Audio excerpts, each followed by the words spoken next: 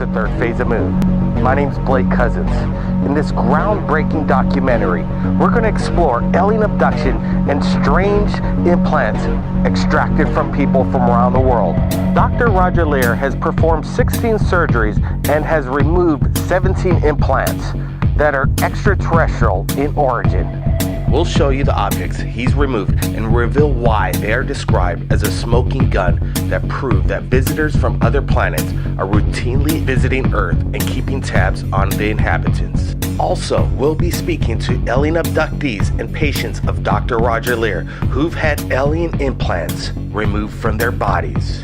15-year-old Jack Graham will be our special correspondent on location in Los Angeles, asking Dr. Roger Leir the questions, if we are alone in the universe. As one of the most eloquent and intelligent investigators of extraterrestrial life, we'll hear Dr. Leir's observations on why the aliens are interested in our planet and what their plan is for the human race. Now, where in the body do most implants usually come from? Well, that's an interesting question of where we find them in the body. What we've come to the conclusion is that they have to be in areas that are relatively superficial and near a bone.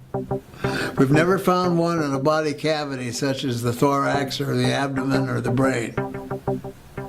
Now, we've also come to the conclusion that maybe this is necessary because the electronics of the mechanism, we found that this may be necessary because it's broadcasting a signal. And when you broadcast a signal, at least according to human technology, you have to have an antenna. And what better antenna could be than the skeleton of the body? It contains all the minerals necessary for an antenna. So perhaps that's why they're in such association with bone. The other aspect of it is if you're doing millions of these, and you're doing them all over the world, and there's a large number of abductees. The Roper poll in 1993, 1996 said that at least 2% of the American population is involved in alien abduction, and that was a conservative poll because there's a lot of people who are not going to want to answer these questions at all. And then if you multiply that by the world's population, you're talking about a lot of people. So to get remote information as to what is going on within the human body, like we tag bears, we tag porpoises and whales and so on, we can study their habits, how long a bear hibernates, what their metabolism is during the wintertime and so on. Even John Glenn, or an astronaut, complained on national television that he had to swallow implants because mission control had to have that physiological information. Now, one of the things that we haven't talked about at all is why are implants there in the first place? Now, why exactly do you think that implants are necessary? Well, I think, again, based on human logic. And let's say, the human race is in a state of infancy, because we haven't been around that long. A race that may be hundreds, thousands, or maybe millions of years older than we are may not use the same logic as we do. So the answer I'm going to give you is based on our human logic. It looks like to me that the entire human race is being genetically re-manipulated again. Because if you look at the children born within the last 60, 75 years, they are not the same human as a person who is my age.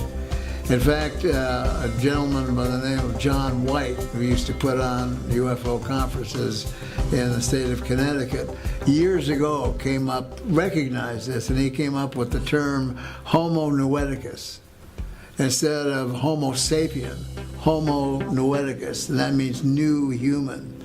If you listen to what a child has to say today, and ask them or get a feeling for where they get their knowledge from, it's not from a book, it's not from TV, it's not off the computer. They already know it.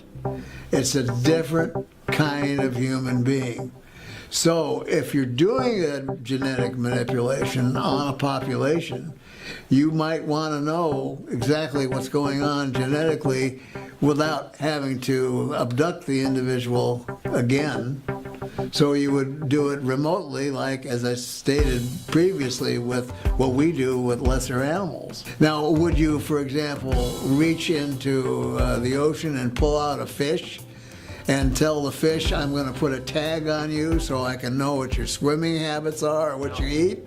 No, they would just we would pull the fish out, do our thing, put them back. We do it with manatees. I just watched Animal Planet this morning. The manatee doesn't know they have a broadcasting device. We don't explain it to them, that we want to learn about their metabolism and their eating habits and so on. So they just do it. Well, that's, kind of what they're doing with us. They put these devices in so that possibly they can gain remote information without ever having to come back and abduct us again. Now, which is another interesting thing. I've been asked, well, how come I can take them out? Do aliens want it to be found? That's a good question. Do aliens want it to be found? And if they didn't, I guess I wouldn't be taking them out. And then I get asked, well, who else is doing this? And as far as I know, I'm the only person in the world. And I did research. Prior to the time I did the first one, even though I thought it was going to be a funny joke, I wanted to see how many implants were taken out previously.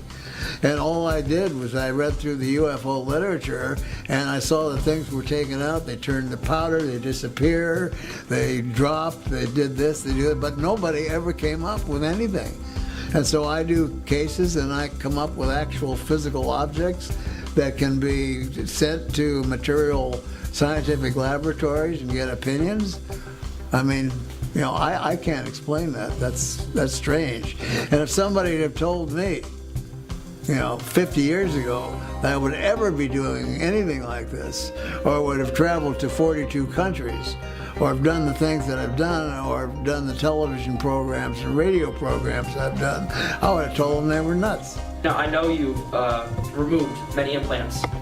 How similar are the implants to one another? Are they each clones of themselves, or do they vary?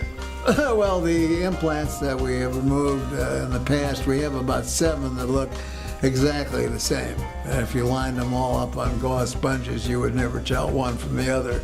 We have a few that are different, but I've synthetically divided them into 3 categories. Ones that are metallic and covered with a biological coating, ones that are non-metallic, and one that is biological. And each operates a little bit differently.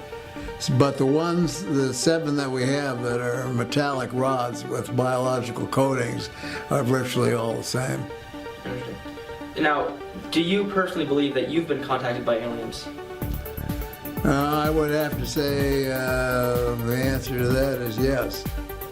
I can tell you an episode that occurred with my family, my daughter and myself, in Laughlin some years ago, which I wrote a book. I wrote a part of a book called Chopped Liver, and we talked about that incident. But during the awards banquet that we were having at the conference, I was asked to come outside with my family. So there was a lot of people who were lined up at the fence along the Colorado River. And we were in back of a lady in a white dress, and I said, what's going on? What's happening here? She said, oh, you missed them. There was about 7 of them out here. And I said, 7 what? She said, 7 craft. Wow. And I said, oh, well, I started looking around, and I didn't see anything. And, if you start staring at objects in the heavens, your eye muscles begin to twitch, and I thought, well, these people are having what's called nocturnal nystagmus is the word for it. And then suddenly, like in the movie A Beautiful Mind, where you can look up at the heavens and you can find any geometric concentration of stars that you want to see. There's thousands, millions of them there. So our attention was called to a triangle of stars.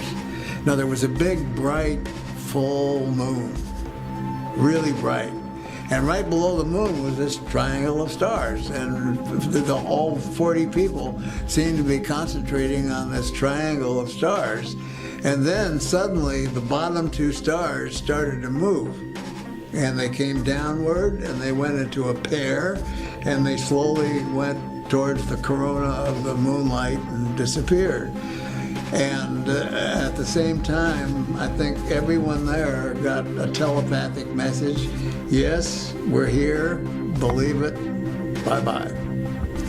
And my daughter, who was about 12 years old at the time, said, Dad, are those folks coming back again? So, yes, I believe I have been contacted by non-terrestrial beings. It's fascinating. Now, what would you say is the most credible argument you've ever heard for abduction? Well, the most credible argument that I've heard for abduction in the cases that we've done surgery on would be very hard to delineate, because when we set up our set of criteria and protocols, the individual must have some kind of a memory of being associated with the abduction phenomena. When Bob Bigelow or NIDS decided to take on this responsibility of doing the metallurgy, I had to do some studying so that I could just interpret what they had to say. And I started getting reports back, and the first report we got back was they were comparing, this was Los Alamos National Laboratory. They were comparing these to meteorite samples. Wow. Well, we know if somebody didn't step on a meteorite or get one whacked through the back of his hand, it wouldn't So have it has to come from outer space. Had to come from outer space, and they're calling them meteorite samples. So that was rather mind-blowing. So that was the beginning of the scientific aspect. So I figured, well, if we're going to carry on with this, we better set up some scientific protocols and criteria for doing this kind of work. And then we formed our 501c3 nonprofit organization, ANS Research, and no charges were then ever made to any of the surgical candidates. I see. Now, I know, because you've written a lot of books, clearly, people must have heard about them. How many people ask you, can you inspect me and see if I have any alien implants inside my body? Do you get a lot of emails per day? Well, I get a tremendous amount of emails, so sometimes 3,500 a day. Wow. And yes, we have now instituted a methodology, a scientific methodology, for looking at the possibilities of whether somebody might have an object in their body. And Steve and I both have equipment that we can go, for example, to a conference. Let's say, tomorrow an alien revealed himself to the general public. How would you say people would react? Would there be mayhem and riots, or how would it go? Well, if the alien presence were known suddenly, one day, for example, I like to use the example of a huge multi-football field alien craft landing on a busy freeway during rush hour. Would there be a panic? The answer is yes, there would be a panic, because people would be on their cell phones calling Caltrans to see how long they were going to have to sit there before that thing got out of the way so they could go back to get home to watch the Lakers game. But see, it just indicates the quality of life that we have here in the United States. Probably the least important thing of an individual who lives in the United States, at least, is extraterrestrial beings. As long as it doesn't interfere with you personally, then it could be fine, or it could be not fine, or who cares? But because that relationship has been made fun of for so many years, well, we don't even take it, the common person doesn't even take it seriously. So the world is changing, and the world has got to finally know the truth. Government sources and private industry has taken over most of the knowledge of, the extraterrestrial presence. Yeah. I guess, do you have any good guesses as to why aliens would contact us? What makes us stand out that aliens would want to put their implants inside of us? Well, I think in order to understand what the alien approach is to human life on Earth, we have to have a good understanding of our history, which we don't and which nobody seems to care about except a few. But if you go back and you look at ancient history and you look at ancient paintings and wood carvings and so on, even liturgical paintings with Jesus, you're going to look up and you're going to see a typical saucer UFO craft flying around, even back in those days. So, we don't know where we came from. We've been looking for the missing link for year after year after year. Where's the missing link? If we look at the writings of Zecharia Sitchin, the late Zecharia Sitchin just passed away, and he wrote a set of books called The Earth Chronicles. And he says that 435,000 years ago, from another planet in our solar system called Nibiru, the group or race of individuals called the Anunnaki came here, and their head geneticist, whose name was Enki, manipulated what was already here into human beings. Wow. So if we don't understand the history of where we came from in the first place, how can we possibly understand the present or the future of where we're going with all this? Jack Graham will now speak to Stephen Colburn, chemist and material scientist, in regards to the implants removed by the alien abductees.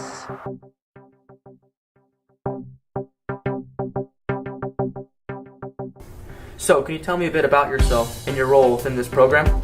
Yeah, my name's Steve Colburn. I'm a material scientist. I was educated at UCLA, and I work in Camarillo, just a few blocks from where Dr. Lear works. And after we met, we decided to have a collaboration on analyzing these objects more thoroughly. A lot of the objects that he'd removed had not been analyzed adequately, so I've done a lot of microscopy and elemental analysis on these objects and come up with some interesting findings.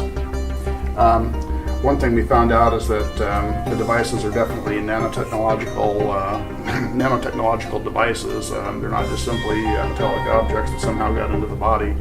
Carbon nanotubes are the field I'm working in my regular job.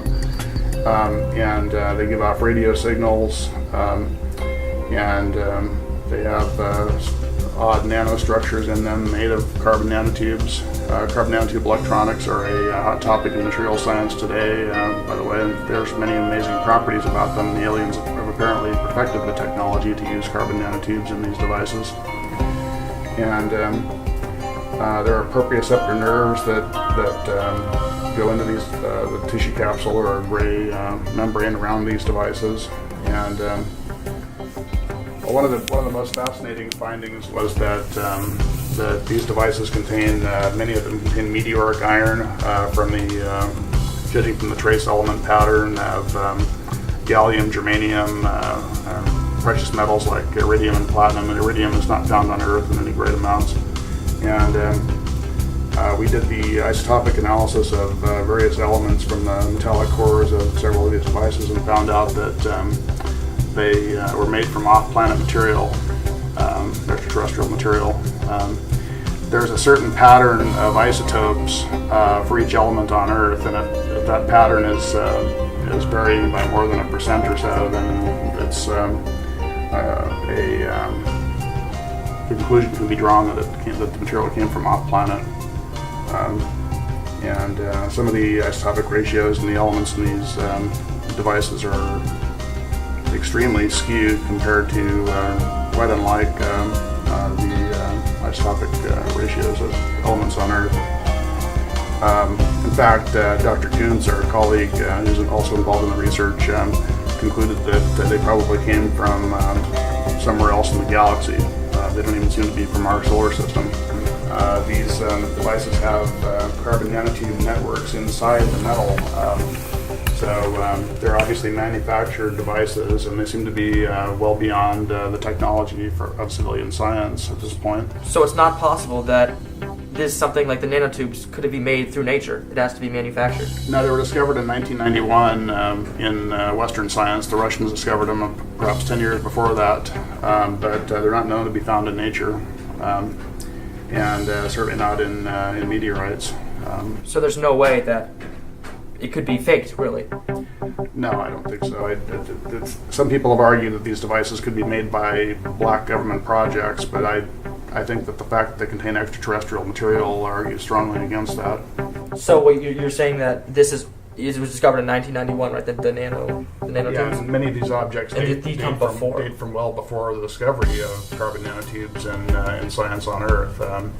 These people reported that these objects were put in like 30, 40 years before a lot of times.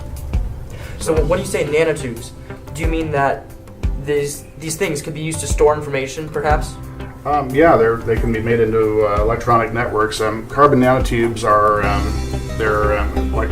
let me give you a little bit of background. Graphite is a hexagonal array of carbon atoms, and these arrays, these layers, are stacked. If you take one of these layers, one of these hexagonal arrays of carbon atoms, and roll it up into a tube, that's a carbon nanotube. And there's various types of carbon nanotubes with different numbers of walls, and single wall are the most studied right now, and these contain single wall carbon nanotubes. Single wall carbon nanotubes are often less than a nanometer in diameter. These are small diameter single wall carbon nanotubes that are in these devices, and those can be used as electronics because there are metallic and semiconducting single wall carbon nanotubes. So you're saying this is very tightly stacked, and if you took out you laid it end to end, it would definitely be a lot larger than it would. So all this information is tightly stored together, compacted? Yeah, I would think so, yeah. The total length of the carbon nanotubes in one of these things might be several miles. I haven't figured it out, but it's got to be a lot. So the technology used to compact that much information so tightly seems to be pretty futuristic. Definitely. I don't understand how the metal could actually be put around the carbon nanotubes without destroying the nanotubes, because the melting point of these metals is like 1500 degrees Celsius, and if you poured molten metal over the carbon nanotubes, it would just destroy them or convert them to metal carbides. So would it be possible to say that the information required to make one of these carbon nanotubes isn't readily available on Earth? It must have come from somewhere else? We can make carbon nanotubes, but to make a 3D intricate composite like this with carbon nanotube electronics inside the metal, that's well beyond our technology at this point. We've speculated that they might be physiological monitoring devices or listening devices. They're definitely relaying information about the subject to the aliens through radio signals. They're not always transmitting, so... Have you noticed actual radio signals emitting from it? We've detected radio signals coming from them, and in two of my reports we outlined some of the frequencies that they give off. The last two devices we detected radio signals from. Are they common radio signals that are found on Earth? Some of them are aeronautical and satellite communication frequencies, but there's also a very high frequency microwave discharges as well. So could it be possibly dangerous to have a lot of microwaves emitting from inside a person? I wouldn't say it's a lot of microwaves. We've only detected perhaps milliwatt levels of power, but it's hard to say. There's been no ill effects noted from anybody having these devices inside them. What about after the surgery? In fact, they don't have any rejection or immune response by the body. So that it's possible to not even notice these tiny things in your body? Yeah, most people don't notice them at all. So would it be fair to say see them on an X-ray? Would it be fair to say that there might be a lot of those in a lot of different type of people? Oh, that's very safe to say. Wow. Some of the frequencies that we've been able to gain some knowledge of from classified information is that they are deep space, fixed or mobile deep space frequencies. And that presents quite a conundrum because what advanced civilization would be using a radio wave to begin with? So do you think it would be possible that the government could know about these nanotube technologies?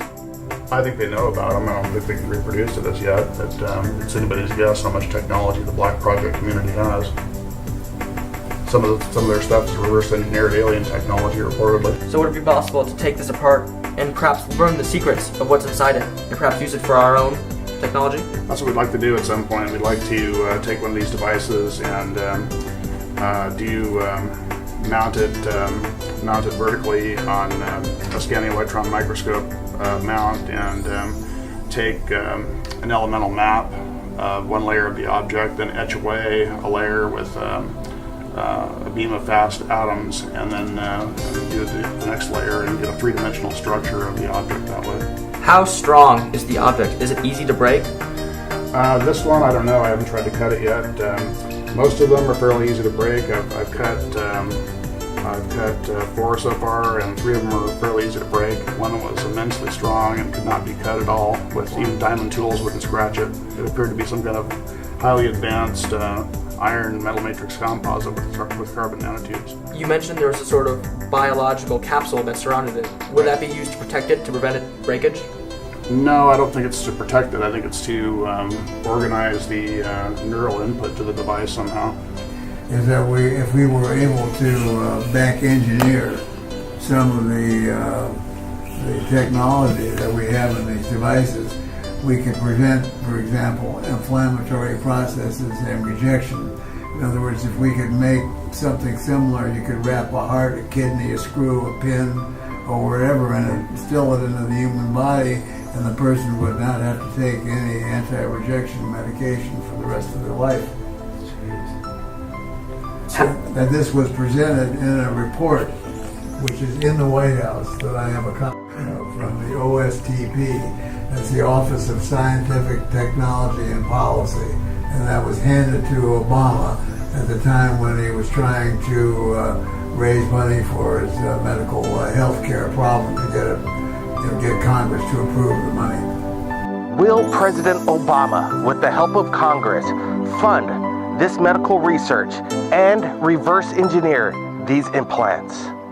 If so, the implications could help medical technology beyond our imagination.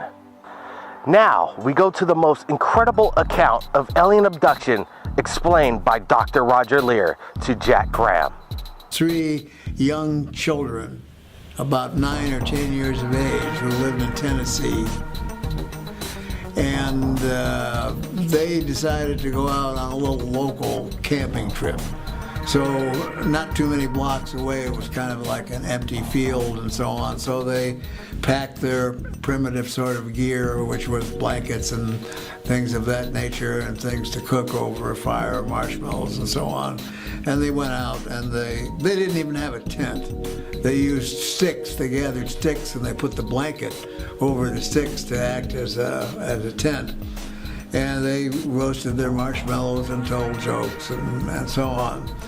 Well, at about 3 o'clock in the morning, they noticed that there was a very bright star up ahead, above them. And the 3 of them all concentrated on this star because it was so bright. And the 3 of them watched as this star descended closer and closer and closer. And as it got closer, they saw that it was a craft. The next thing that happened was that when the craft was about 50 feet over their heads, a beam of bluish-white light in a cone came down over the 3 of them, and they began to levitate up in this cone of light. Now, if someone had done that to me at my age, I'd have a little bit of trepidation because, if you're going up in a cone of light, the first thing that would come to my mind would be the fear of falling back down. There's nothing holding you. But they had the absolute opposite feeling. Oh, wow, this is fun. We're having fun. We're going up in this light.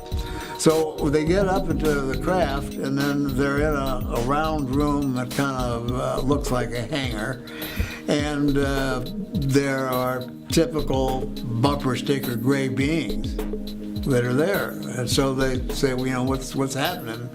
Man, what's going on? I said, have no fear. You're going to be returned. You'll be fine. We're just going to take a look at you folks for a few minutes and so on. But their fear was in being separated. greater fear for each other than for each as an individual. Then when they finally were separated, they were taken down different corridors that went off this room. And under hypnotic regression is when they described what they saw off the corridors, which were rooms that looked like hospital rooms. And the one that we went through most of the hypnotic regression was placed in a room unclothed and placed on a table that he couldn't tell whether it was jutting out of the wall or whether it was on a pedestal. And although he thought it was metallic, it was neither hot nor cold. It was very form-fitting. But then an instrument was used that he described that actually put the implant in his wrist. And when he did this, he didn't feel too much of anything. But if he got nervous and so on, always one of the gray beings would come very close to him, and with their black eyes, they would get very close and look into their eyes, and this aura of calmness would come over them. Once this was done, they were examined and taken out, and the three kids were back together again in this large hangar-like room. And the next thing they remember, they're lying back on the campsite again, and the craft is slowly moving up, and bang, it was gone. So they didn't know what to think, or whether they had a nightmare or something happened, or just didn't understand the entire situation. One of the things that makes this case so unusual is that all three kids did something very strange after that, like a suggestion was put in their heads or whatever, but they actually stole into this person's backyard that had a vegetable garden, and they tore up the vegetables and ate them. And that's one of the most unusual cases that I've heard of yet. So they must have been told to do this for some reason. Because some folks that are involved in the abduction phenomena come back with symptoms. They feel muscle aches, pain, fatigue, feelings of the flu, dehydration, and so on.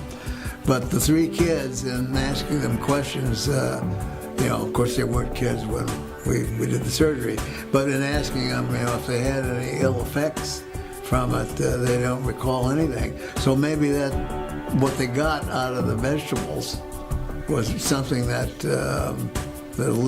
obliterated the symptoms that abductees have. Now, what procedures and protocols do you follow for the surgery?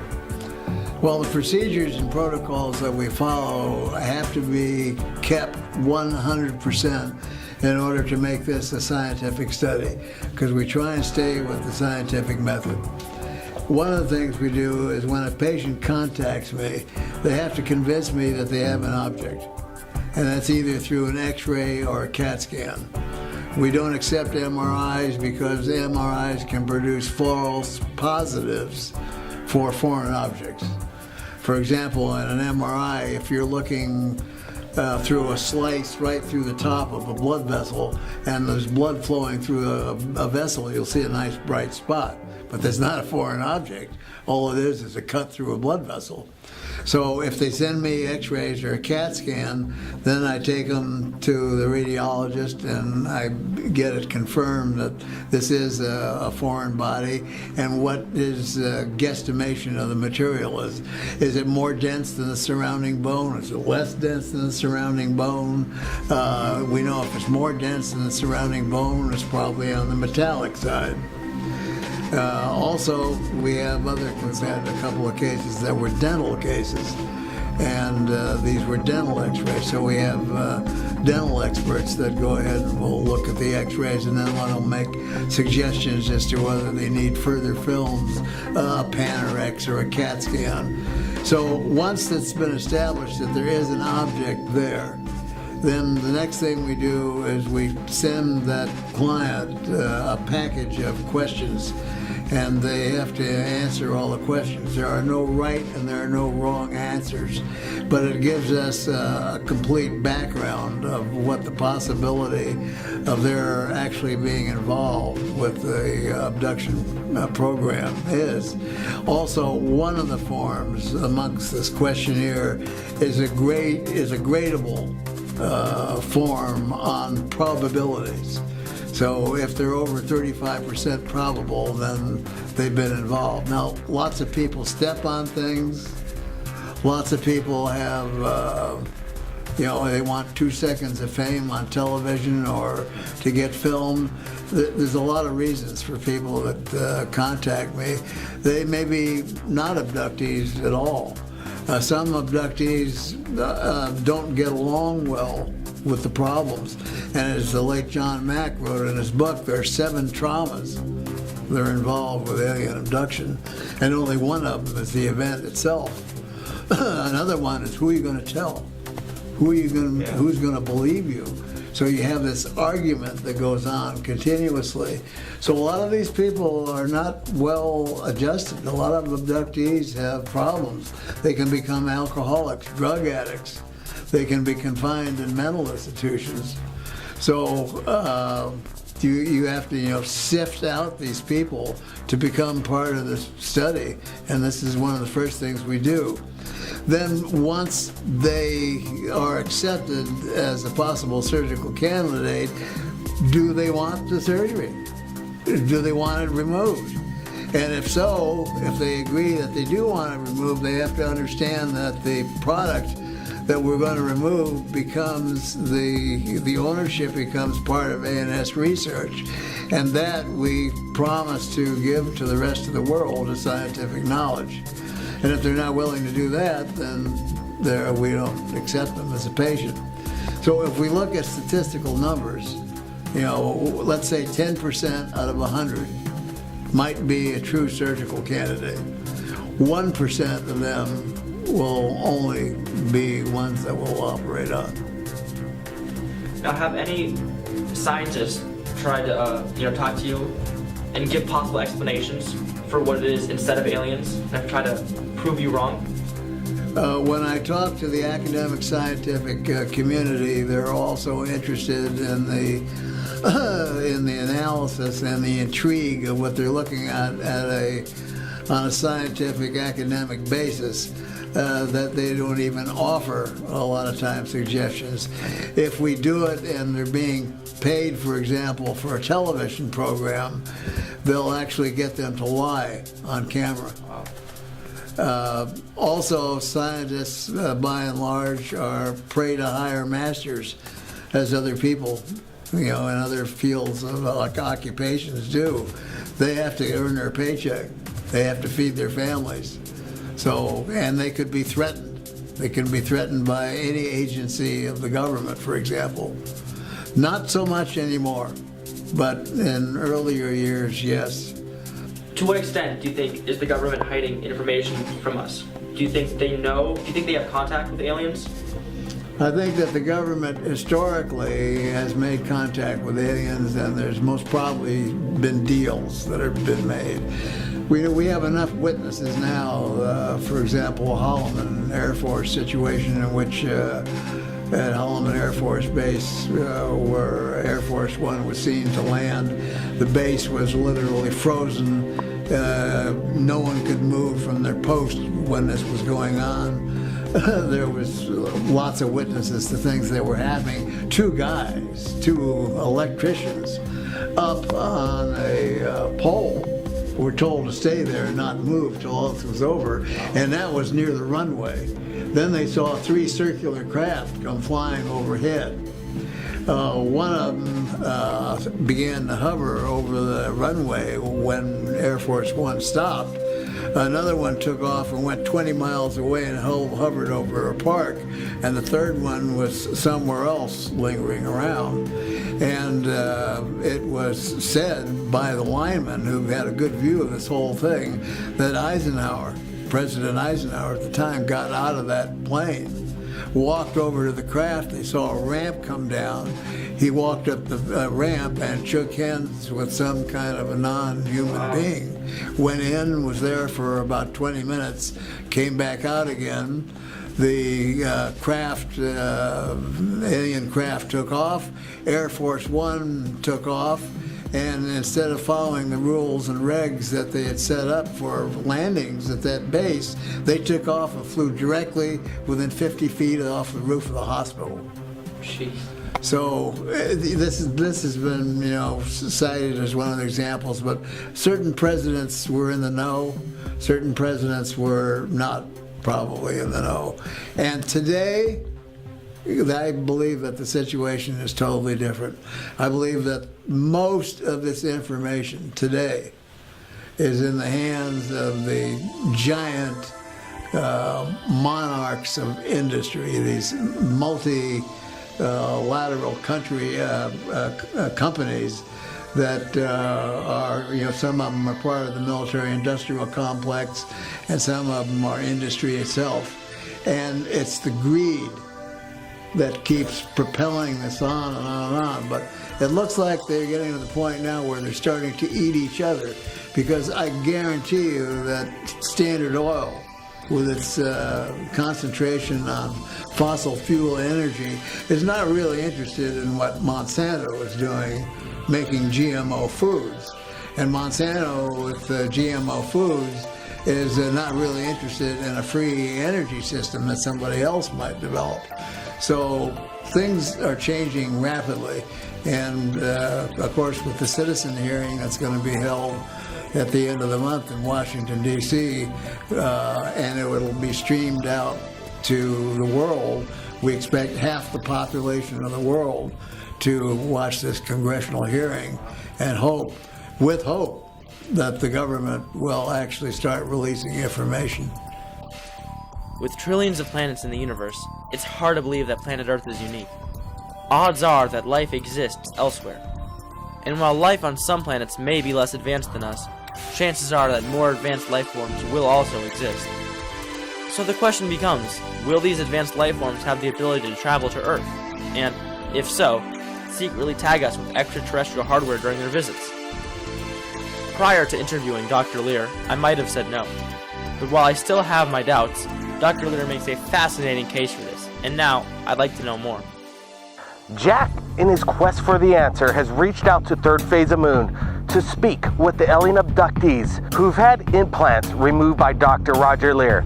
We have provided him the contact information. Mary, who wants to remain anonymous, and Tim Cullen have come forward to speak with Jack and answer his questions in regards to their alien abduction and the implants removed by Dr. Roger Lear. Hi, I'm Jack. Tell me about your abduction. I have had, my family, it runs in my family. My brother has had experiences. His family, since the marriage, has had experiences. My husband underwent experiences, as did I, from being married into my family. It seems like that was the protocol for marrying into the family. And because I had unusual experiences from the time I was really, really small, and my brother too, from the time he was an infant. And I believe they started with my mom and dad, because my dad had some sightings. I had a sighting. My mother had a sighting of a UFO over our home. It ran in the family, and there were a lot of experiences that my husband and I had in the 1970s, 80s, and 90s. And he would actually get night terrors, which we thought were from, is a Vietnam veteran, had experiences in Vietnam and thought it was post-traumatic stress syndrome. It turns out it wasn't from Vietnam. He actually then started remembering in the early 90s that the night terrors he was experiencing was from these creatures being in our home and taking us at night. What was your reaction when you realized you had been abducted by extraterrestrials? Let's see, it was removed in 1996, probably about 6 months to a year sooner. Before that, I realized I had a scoop mark on my leg, And I did not know there was an implant in there, had no idea. I just saw this scar on my leg and on my left calf. And when Roger was, I was assistant section director and then section director of MUFON for Ventura, Santa Barbara counties, and Roger was helping me, and he had arranged to do surgeries, and he had gotten funding through Bigelow, and for 3 surgeries, we had 3 people that were going to have supposed implants removed. Roger had gone through the X-ray process and exam process. Well, one of them was Whitley Strieber. He had an object in his ear, and he was to be one of our guest speakers and then go ahead and have a surgery. Last minute, he decided against having the object removed from his ear, and it's on the outside of his ear. He still has it today. It's under the skin on the back of the ear. And he decided against it. Well, we had funding for 3 surgeries, and Roger was, Dr. Lear was beside himself as to, what was he going to do? And I said, well, you can remove this scar off my leg, whatever it is. I don't know how I got it, but make that the 3rd surgery. And he said, that's fine. He says, but we have to go through the examination process. We'll need to get x-rays, blood tests, which we did. And on the x-ray, surprising both to myself and him, he saw an object on the x-ray that was just under the scar, the scoop mark I had. And that's how we discovered that there was actually an object under the scoop mark. What was your reaction to the news that aliens had implanted a device in you? I was shocked that there was anything under that scoop mark to begin with. I didn't know how I obtained that mark, but it was an unusual mark, and it seemed to just appear. At least I just noticed it. I think he was shocked because that was the first time he had ever had a scoop mark with an object under it. So he was shocked. I was shocked. And I kept trying to, rationalize that, maybe I just got something in my leg. And after it was, extracted and examined, it was nothing. I kept saying, are you sure this wouldn't be found in a regular body? Is there any way? And he goes, no, Alice. This would not be found in your leg. It could not, it would not be there naturally by any means. It wasn't a calcification or anything like that. It had a lot of unusual characteristics, and he's since then done some more surgeries that have had the same type of object. Is there anything else you want to add? Well, I think he's doing something that is so important, and he helps so many people, and he never asks for anything, in return from anybody that he tries to help.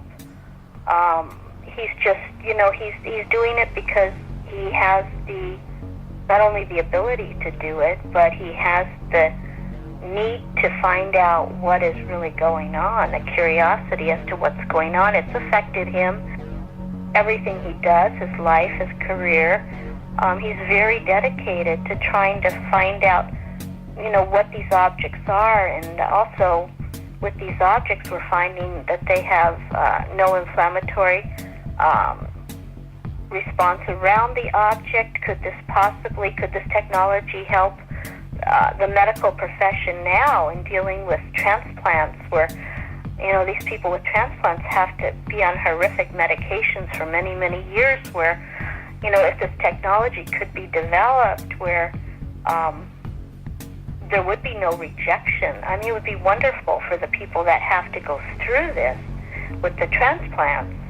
So, I mean, he's doing it for a lot of reasons, but he does it. It's a labor of love for him and curiosity, and he feels very dedicated to trying to help people, because a lot of people, with these type of situations, they just don't know who to turn to or what to do. Unfortunately, he's there to try to help.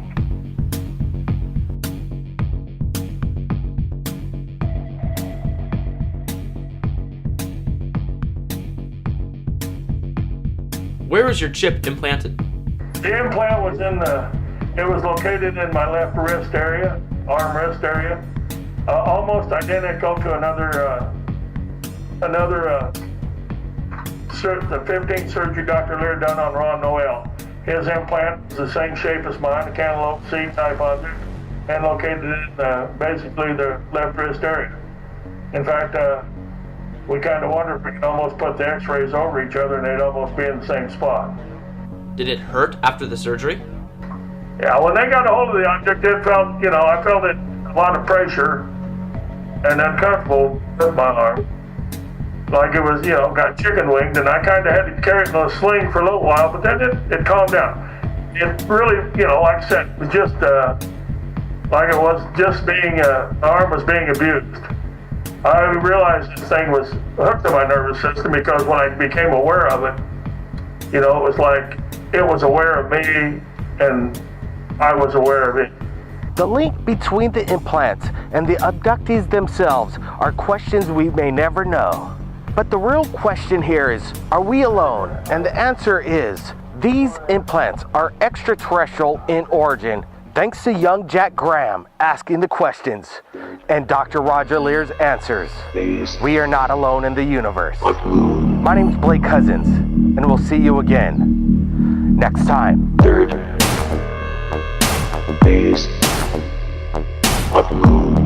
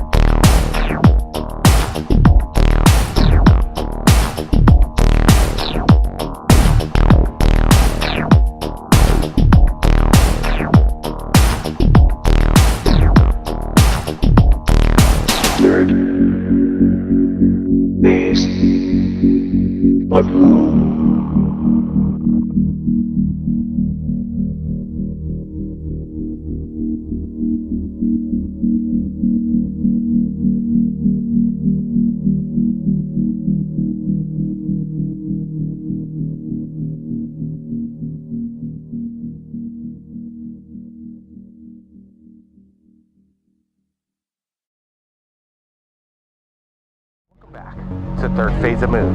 My name's Blake Cousins. In this groundbreaking documentary, we're going to explore alien abduction and strange implants extracted from people from around the world. Dr. Roger Lear has performed 16 surgeries and has removed 17 implants that are extraterrestrial in origin. We'll show you the objects he's removed and reveal why they are described as a smoking gun that prove that visitors from other planets are routinely visiting Earth and keeping tabs on the inhabitants. Also, we'll be speaking to alien abductees and patients of Dr. Roger Lear who've had alien implants removed from their bodies. 15-year-old Jack Graham will be our special correspondent on location in Los Angeles, asking Dr. Roger Lear the questions, if we are alone in the universe. As one of the most eloquent and intelligent investigators of extraterrestrial life, we'll hear Dr. Lear's observations on why the aliens are interested in our planet and what their plan is for the human race. Now, where in the body do most implants usually come from? Well, that's an interesting question of where we find them in the body. What we've come to the conclusion is that they have to be in areas that are relatively superficial and near a bone. We've never found one in a body cavity such as the thorax or the abdomen or the brain. Now, we've also come to the conclusion that maybe this is necessary because the electronics of the mechanism, we found that this may be necessary because it's broadcasting a signal. And when you broadcast a signal, at least according to human technology, you have to have an antenna. And what better antenna could be than the skeleton of the body? It contains all the minerals necessary for an antenna. So perhaps that's why they're in such association with bone. The other aspect of it is if you're doing millions of these and you're doing them all over the world, and there's a large number of abductees. The Roper poll in 1993, 1996 said that at least 2% of the American population is involved in alien abduction, and that was a conservative poll because there's a lot of people who are not going to want to answer these questions at all. And then if you multiply that by the world's population, you're talking about a lot of people. So to get remote information as to what is going on within the human body, like we tag bears, we tag porpoises and whales and so on. We can study their habits, how long a bear hibernates, what their metabolism is during the wintertime and so on. Even John Glenn, or an astronaut, complained on national television that he had to swallow implants because mission control had to have that, physiological information. Now, so if you're doing a genetic manipulation on a population, you might want to know exactly what's going on genetically without having to abduct the individual again. So you would do it remotely, like, as I stated previously, with what we do with lesser animals. Now, would you, for example, reach into the ocean and pull out a fish and tell the fish, I'm going to put a tag on you so I can know what your swimming habits are or what you eat? No, we would pull the fish out, do our thing, put them back. We do it with manatees. I just watched Animal Planet this morning. The manatee doesn't know they have a broadcasting device. We don't explain it to them that we want to learn about their metabolism and their eating habits and so on. So they just do it. Well, that's, kind of what they're doing with us. They put these devices in so that possibly they can gain remote information without ever having to come back and abduct us again. Now, which is another interesting thing. I've been asked, well, how come I can take them out? Do aliens want it to be found? That's a good question. Do aliens want it to be found? And if they didn't, I guess I wouldn't be taking them out. And then I get asked, well, who else is doing this? And as far as I know, I'm the only person in the world. And I did research. One of the things that we haven't talked about at all is why are implants there in the first place? Now, why exactly do you think that implants are necessary? Well, I think, again, based on human logic. And let's say, the human race is in a state of infancy, because we haven't been around that long. A race that may be hundreds, thousands, or maybe millions of years older than we are may not use the same logic as we do. So the answer I'm going to give you is based on our human logic.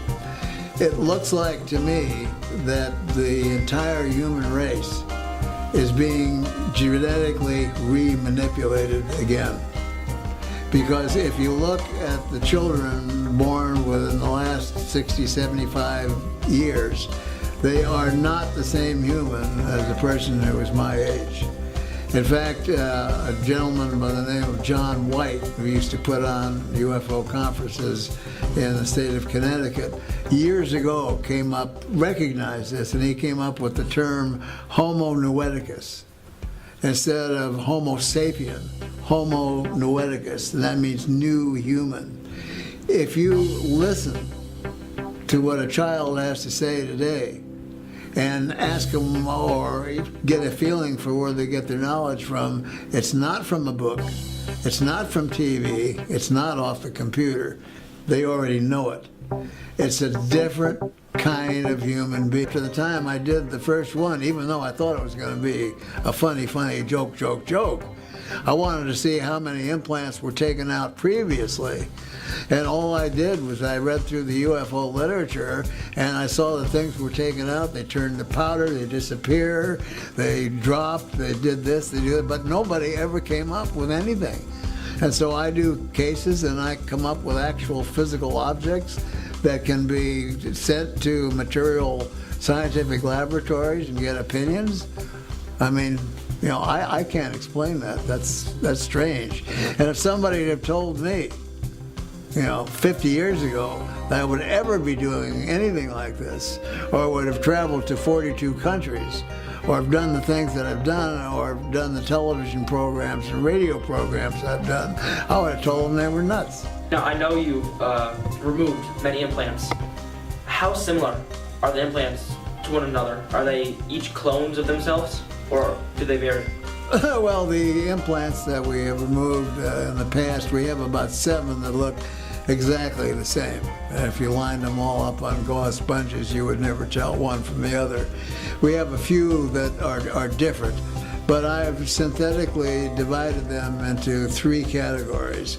Ones that are metallic and covered with a biological coating, ones that are non-metallic, and one that is biological. And each operates a little bit differently. But the ones that